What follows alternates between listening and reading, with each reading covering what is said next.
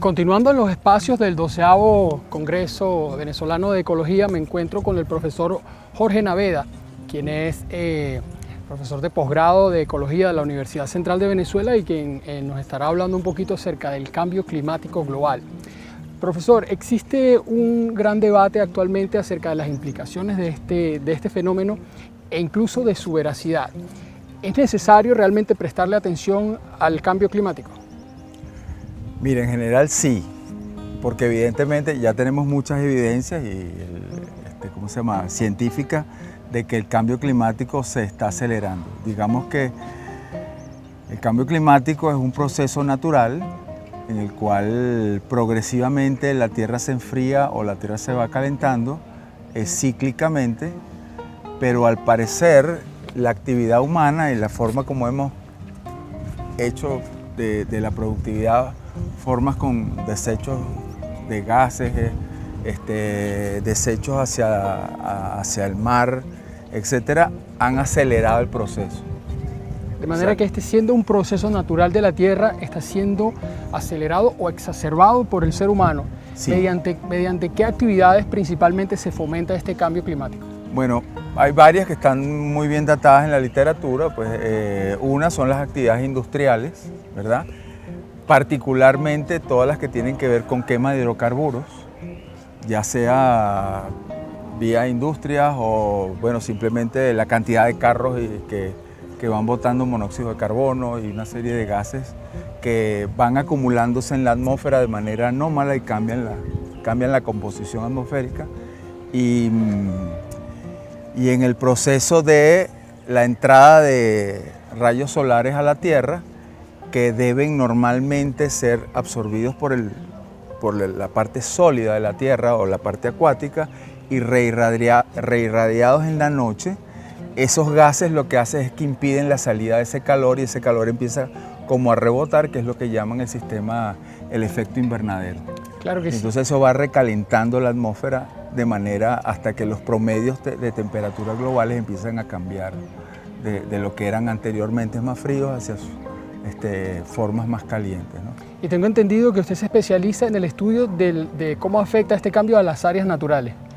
Bueno, digamos que yo tengo dos líneas de trabajo. Por una parte está la parte de lo que es cambio de nivel del mar, de las cuales tengo una publicación del año 2010 para los efectos del cambio de nivel del mar para Venezuela. Y tenemos yo vengo desde hace tiempo recopilando data para ver cómo las áreas protegidas podrían mitigar o permitir las adaptaciones al nuevo sistema climático que se nos imponga, pues, de manera relativamente natural, ¿no? Así que la conservación de dichas áreas naturales sería crucial para paliar este problema del cambio climático. En algunos casos hemos notado que es cierto. Por ejemplo, las capacidades de retención de agua de ciertas áreas, por los tamaños que tenemos nosotros en Venezuela, las áreas son bien importantes, lo cual nos permitirían tener capacidad de recargas de agua para uso humano en muchas partes, ¿no? sin sufrir de grandes sequías. Hay interrogantes en medio de eso. Por ejemplo, los climatólogos que han hecho modelos para Venezuela dicen que en la zona del río Paragua, que es donde se encuentra la vaguada donde más llueve de todo el país, estamos hablando de más de 5.000 milímetros anuales, dicen que la pluviometría va a caer en 1.000 milímetros. O sea que una vez que se establezca el calentamiento en esas áreas, puede pasar de 5 a 4.000 milímetros. La pregunta que nos hacemos los ecólogos es si 4.000 milímetros es lo suficientemente significativo como para cambiar las cosas. No lo sabemos, esa es una de las interrogantes que tenemos. Se sabe mucho más hacia el problema de los llanos, ya se tienen algunas datas y extrapolaciones, se sabe que los llanos se pueden secar mucho y entonces todo el sistema agrícola de los llanos se vería muy afectado. Y después tenemos todos los estudios que se están haciendo en pisos climáticos de montaña, de los cuales la ULA es la universidad que lleva los estudios más completos, con un famoso proyecto mundial que se llama Proyecto Gloria, y ellos están tratando de ver qué es lo que pasa en las cimas de las montañas y si esos pisos pueden cambiar a la velocidad requerida, a la velocidad requerida como para que no se pierdan especies, ¿no? Claro. Esa es un poco la lógica del trabajo de ellos. Y en el punto donde nos encontramos actualmente, ¿son reversibles los efectos del cambio climático causado por el ser humano? Mira, yo creo que lo que podríamos es detener con buenos acuerdos mundiales la incorporación de CO2 a la atmósfera, lo cual pues ayudaría hasta cierto punto. Ahora, lo que pasa es que también tenemos que entender los mecanismos. La Tierra tiene mecanismos de enfriamiento natural. Y lo que vemos nosotros en los datos es que, ¿cómo se llama? La Tierra sigue acumulando CO2, pero no se está recalentando de manera tan violenta, está como en un periodo estacionario, lo que te está indicando que hay sistemas de enfriamiento que están actuando para eso. Los huracanes son un sistema de enfriamiento, el sistema de corrientes de viento también. Hay unas corrientes marinas que se llaman termoyalinas, que permiten el enfriamiento de las zonas tropicales y el calentamiento de las zonas templadas, también aún funciona. Y el otro es el proceso de derretimiento de los hielos. Ahora, si alguno de esos sistemas colapsa, evidentemente la temperatura seguirá aumentando. Lo que tenemos que saber en términos geológicos es que no es la primera vez que aumenta tanto la temperatura sobre la Tierra. Hay un periodo geológico, se llama el periodo carbonífero, donde también las temperaturas eran muy altas. Hubo una masiva extinción en su momento, pero también hubo un masivo proceso evolutivo de otras especies. O sea, eso fue un periodo en donde parecía que toda la Tierra parecía tropical. ¿Okay? Entonces, digamos que si nos estudiamos un poco lo que pasó en esos periodos y lo que se sabe actualmente geológicamente, uno podría hacerse algunas de esas ideas de lo que puede pasar en términos naturales. El problema es qué va a pasar con el ser humano y la manera como vivimos. Eso sí. Claro, eso le quería preguntar, porque me está hablando de un sistema de cambios naturales, claro, que ha sucedido por presión del mismo medio ambiente. Ahora, ¿será el ser humano capaz de sobrevivir a este cambio climático que él mismo propone?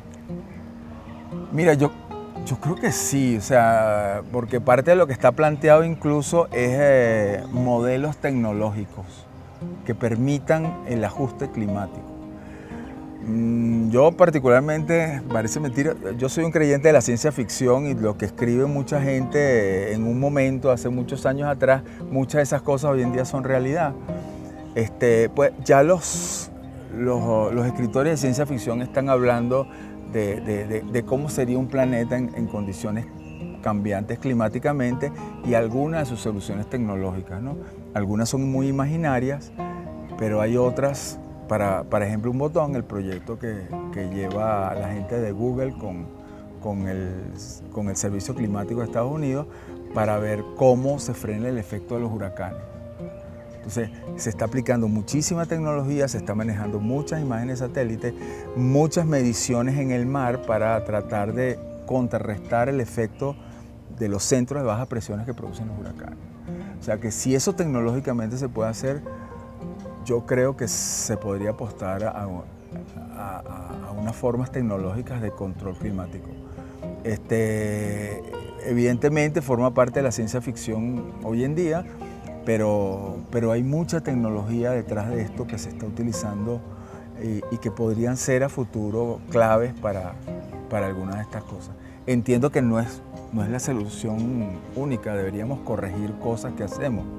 Evidentemente, hay que bajar el consumo de hidrocarburos, hay que bajar el exceso de CO y de CO2 a la atmósfera. Precisamente de eso le quería hablar. ¿Qué iniciativas inmediatas debería tomar Venezuela, ya que estamos aquí, para tratar de combatir este fenómeno? Wow, me la pone difícil, porque Venezuela es un país muy dependiente del petróleo.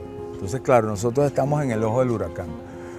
Yo siempre he dicho que sí, es verdad que Venezuela no quema tanto petróleo como pueden quemar las naciones como Estados Unidos, Europa, etc. Pero nosotros le vendemos ese petróleo para que ellos lo quemen. O sea que nosotros estamos contribuyendo en ese retruque de quién lo quema. Entonces, hasta no hace mucho, habría que revisar las cifras actuales, pero nosotros teníamos el 3% de la venta mundial de petróleo. Por lo tanto, estamos poniendo el 3% de lo que se quema a disposición de quien quiere quemarlo. Simplemente lo que tienes que comprar. Entonces, China es un ejemplo típico de una nación que está en empuje de crecimiento y que evidentemente sus niveles de consumo de hidrocarburos es muy alto. Las apuestas evidentemente están hacia las nuevas tecnologías de energías menos contaminantes. Unas son energías solares, las energías de viento y hay otras formas tecnológicas de energía que podrían ser incorporadas. Pero los programas de energías alternativas que tuvo Venezuela en un momento dado fueron cerrados totalmente en los últimos años por apostar al petróleo exclusivamente. Pues había varias universidades que estaban trabajando en ese tipo de tecnología. ¿Cómo se llama? El mismo Petróleos de Venezuela tenía una unidad de energías alternativas. El proyecto de Petróleos de Venezuela ¿cómo se llama? De los combustibles estos más ligeros que en algún momento se pudieron meter en los mercados que eran petróleos más, ¿cómo se llama? Combustibles menos dañinos al ambiente, esos programas fueron todos cerrados por apostar al crudo venezolano. Parece utópico pensar que podríamos cambiar de la noche a la mañana una dependencia a los hidrocarburos como la que tenemos. Sin embargo, por lo que me ha dicho, saco la conclusión de que si no tomamos una actitud diferente y empezamos a cambiar las tecnologías sobre las que dependemos, el daño podría llegar a ser irreversible. Claro, lo que pasa es que ahorita no tenemos tanto dinero como teníamos antes. Y esos cambios alternativos tecnológicos requieren de muchísimo dinero, de inversión, requieren de convencer a muchas empresas que realmente se metan en algo nuevo. Las universidades deben jugar un papel clave en ese juego, las organizaciones no gubernamentales también, y la sociedad civil debe estar convencida de que se requiere de un cambio y que se puede funcionar con menos petróleo diario. Venezuela en estos momentos es uno de los países que más quema petróleo de toda Latinoamérica. En los últimos años se ha reducido por el problema de la crisis económica. Han reducido el número de vehículos, etcétera, etcétera. Nosotros éramos uno de los países con mayor vehículos per cápita de toda Latinoamérica. Los niveles de, ¿cómo se llama?, de kilocalorías equivalentes oil eran muy altos per cápita y los niveles de CO2 a la atmósfera eran altísimos en el caso venezolano. Y los niveles son inexplicables porque nosotros nunca hemos sido un país que producimos grandes cosas, importamos muchísimo, solo producimos petróleo y 2 o 3 cositas más por ahí. Entonces, evidentemente nosotros quemamos básicamente en servicios mucho de nuestro petróleo. Eso debería hacernos repensar nuestra economía, nuestra forma de producción y muchas cosas para ver qué sale de esta lección final. Claro. Que tenemos. Desde el punto de vista económico, yo creo que sí, ¿no? Tampoco la cosa está tan crítica. Porque eso es importante también. Mucha gente piensa que estamos al borde de un apocalipsis, pero usted me dice que todavía hay tiempo para... No, mira, mientras los sistemas de enfriamiento de la Tierra sigan funcionando y las curvas nos digan que la temperatura no sigue aumentando a la velocidad que venía aumentando hasta hace unos años, es porque esos mecanismos funcionan. Y mientras esos mecanismos funcionen, hay cosas bien interesantes por hacer. Te doy varios datos. Bueno, evidentemente uno de los puntos críticos a los cuales muchos países están poniéndole el ojo es las cantidades de hielo que quedan en los polos.